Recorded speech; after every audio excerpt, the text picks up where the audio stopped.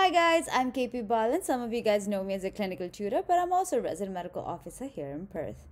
For my last video, I had a couple of comments dropped in asking me about the clinical approach to the exam. So I thought, why not? Let's make a video out of it. So today, I'd like to talk about how to approach the clinical exam.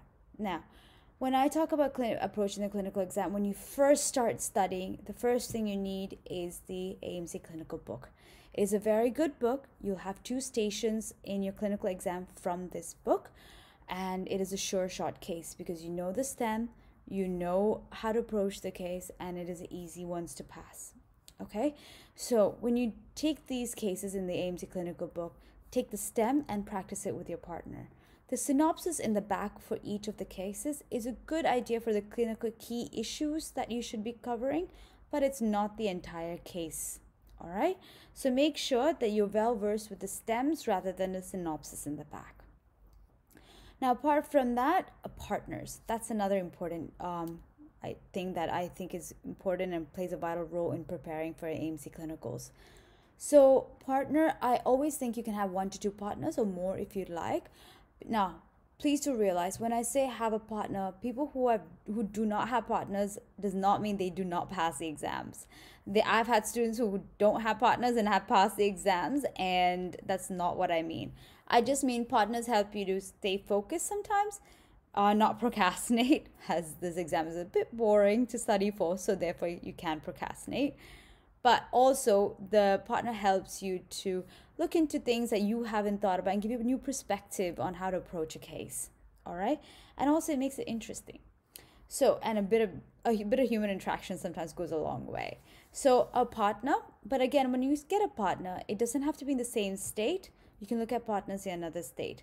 And a partner, when you choose a partner, make sure that they're the same level. A beginner with a beginner, a person who's attempted the exam with another person who's attempted the exam. So therefore, you guys are not slowed down by the other person.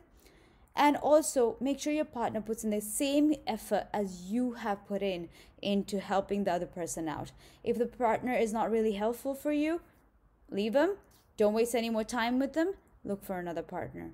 There's a lot of people out there studying for the exams, especially with the COVID situation, the exams on hold. There's a lot of people studying out there. All right, now notes. I've come across a couple of notes, and there are more notes out there. I'm sorry for missing them out, but my personal experience is with Karen's notes. Karen's notes is very good notes for stems and recalls and a task, what to do for each stem. I don't personally read the theory part of it because they're a bit outdated, but always cross-check them with the RACGP guidelines or any other Australian guidelines, all right? Now, this also goes for any notes, other notes, even your tutor's notes or whatever the tutor teaches you as well. Apart from Karen's notes, there's Wenzel's notes. Wenzel's notes are really good and they're very detailed. I personally haven't used them for my exams except for 1 to 2 cases, and I advise them for people who have the time and can put in the effort to read them because they're very detailed. And last but not least, I've also heard of Alan's notes. I personally haven't used them, so I really can't tell you much about them. You can always refer to people who have. Please do find out from people who have read the Alan's notes and see if they're helpful. I have all these notes in my Facebook group. If you need them, you can download them for free, all right? Now, apart from that, each of you guys who are taking tutoring sessions have your tutor's notes as well, so they'll help you organize your cases as well. Now, apart from that, the other things I like to talk about today is about time management. Now, when I say time management, I'm talking about how long do I need to study for the exam. It varies from person to person. I studied 6 to 8 hours per day for 4 months. I did not take a break. For some people, they don't need that much of preparation time. Some people need a longer time. Everyone has their own set of responsibilities. Some of you guys out there have kids, have a job, have partners that work odd shifts.